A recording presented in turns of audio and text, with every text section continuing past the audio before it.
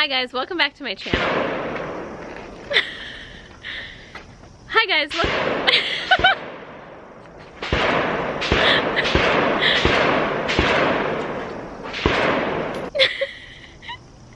Hey everyone, welcome back to my channel. My name is Stav and this is She Equips Herself, and I'm bringing you another episode in the Finding the Perfect Carry Gun series. You guys probably know that the Bodyguard 2.0 has stolen my heart recently, but I think we might have a contender that could beat it. Alright guys, today we're going to be comparing the Bodyguard with a Desert Eagle, which looks so obnoxious next to the Bodyguard, doesn't it? The size difference is ginormous. It's like me and Mac in gun form. So Mac and I got an opportunity to try out the Desert Eagle, and I've never shot one before. Have you? No, he's never shot one before, so this is going to be our first time trying it out. We thought it would be funny to do a comparison with the Bodyguard, just because of how vast the difference is in the sizing. Just holding them up side by side, like this thing weighs a ton. Do you know how much this weighs? No, I'll have to look it up. It weighs a lot, and the Bodyguard is basically like holding a feather. They're just so different. So I'm interested to see how this shoots. I think I'm going to shoot a few rounds out of the Bodyguard first, just to, you know, remember how that feels. And then we'll shoot the Desert Eagle and see what happens. Okay guys, I'm at about 15 yards. I'm just going to shoot 10 rounds out of the Bodyguard to start.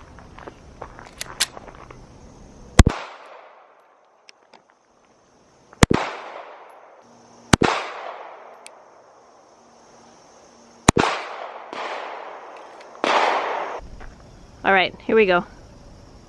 Mac's turn.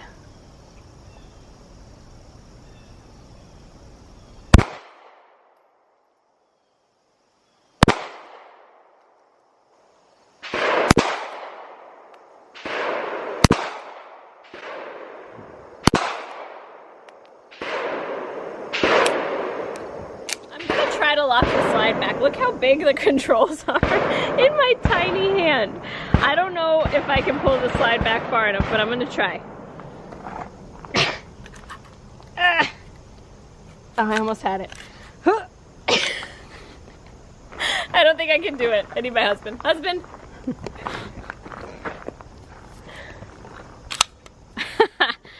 Alright, thank you. It's so big. Okay, here we go. First shots out of a Desert Eagle. I have shot a .44 Magnum revolver, but this is my first time with a semi-auto. I have to admit, I'm slightly nervous, but I like trying new guns, so let's see. Just for all the gun people out there that are really technical, she's going to be shooting 240 grain full .44 Magnum loads. That's what we're starting with. Ready? Okay, let's see it. Good trigger control. Yep. Alright, here we go. It's so big. Oh my gosh. My hand has a hard time wrapping around the grip. Can you reach the trigger? I think so. Alright, let's see. Alright.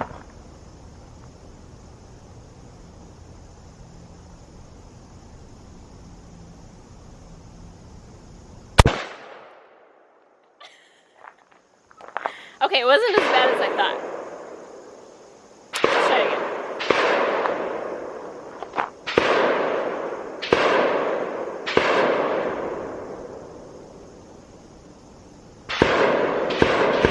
Trigger is a tad far. I have to move my hand a little bit.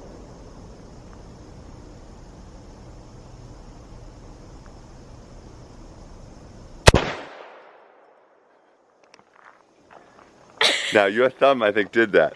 Probably. Send that slide forward. Okay. Was this where my thumb was? I think it was close to there because it locked the slide to the rear. Like this.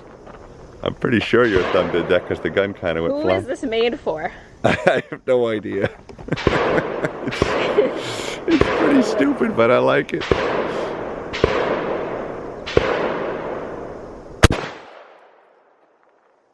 The muzzle blast from that compensator. Look, I just stabbed myself in the thumb. Is noticeable. With my thumb. Oh, it's bleeding! What are you saying? The muzzle blast from that compensator. I could feel it. Yeah? Yeah. Alright, I'm gonna do one more. I'll try not to stab myself this time.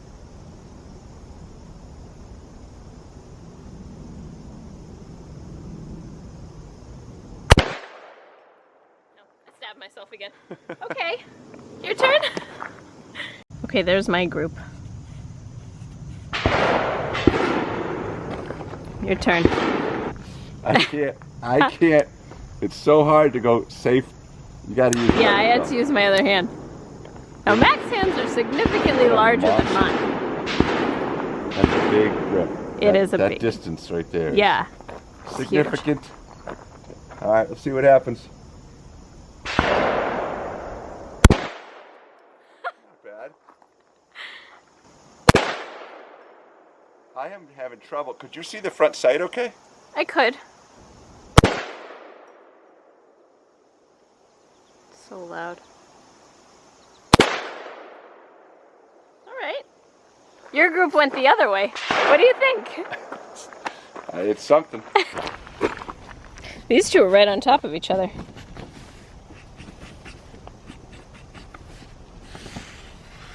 Nice job. His was vertical.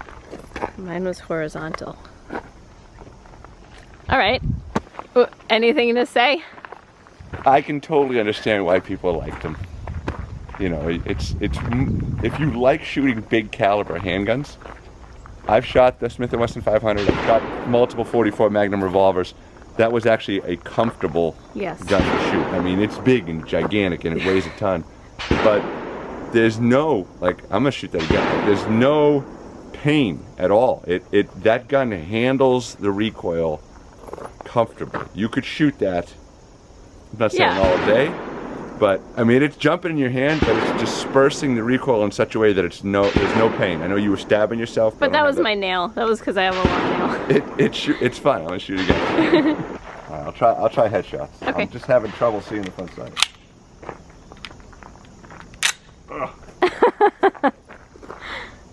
Let's see what happens. That's a U-size gun. I cannot even imagine carrying this. Like the width.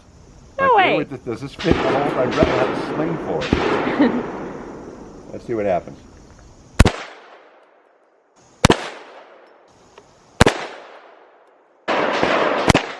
I'm gonna try shooting it fast. Alright, so I threw one high, but still close. Yeah, I would. Alright, so the trigger pull could use a little sweetening, as they say. It could be a better trigger pull, especially if it's whatever that gun is designed for. Is it designed for hunting, maybe? I mean, I would want a better trigger pull for hunting if I was going to hunt with that. But it's definitely doable with practice, no problem. And I would fix the sight. I'm having trouble seeing the front sight. Maybe even just some white paint on it. Yeah, some nail polish. Yeah, something. I love that smell. Well, I'm in there every time. Yeah. Good job. Okay, I wanted to take a moment and talk to you guys about fitting a gun to your hand. Now, obviously, this is not something that I'm going to be shooting regularly. But if you're looking for a gun that's going to fit you, one of the things that's really important is that you can reach the trigger while your hand is in the correct position. So, by correct position, I mean you grip the gun, and there's a straight line from the gun to your wrist, to your elbow, to your shoulder when you hold it like that. If I'm holding it like that, though, I can't really reach the trigger. So this gun would be a bad fit for me. I would have to turn my hand in order to reach the trigger, and that's not going to give me proper control, and the recoil is going to go into an empty space rather than going into my arm. So this is a good gun to teach that on because it's so gigantic, but even a small gun might not fit you right. So that's one thing you definitely need to look for when you're trying to fit a gun to your hand. Okay, this should go without saying, but if you guys haven't noticed yet, this isn't an actual concealed carry gun comparison. It's just a joke. I'm not going to carry the Desert Eagle. I'm not even considering it. Obviously, it's gigantic. I do want to see if it'll fit in my belly band, though, so I'll do that in a second. Okay, I do want to see if the Desert Eagle will fit in my belly band, just for funsies. Let's see. Let's see what happens.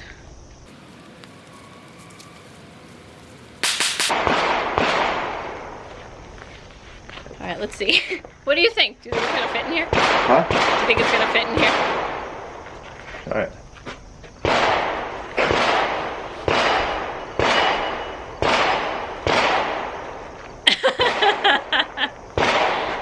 Hey, it's not impossible. Is it bulging a lot? Yeah. I need a sweatshirt. Yeah. But look how far down the barrel goes. How does that look?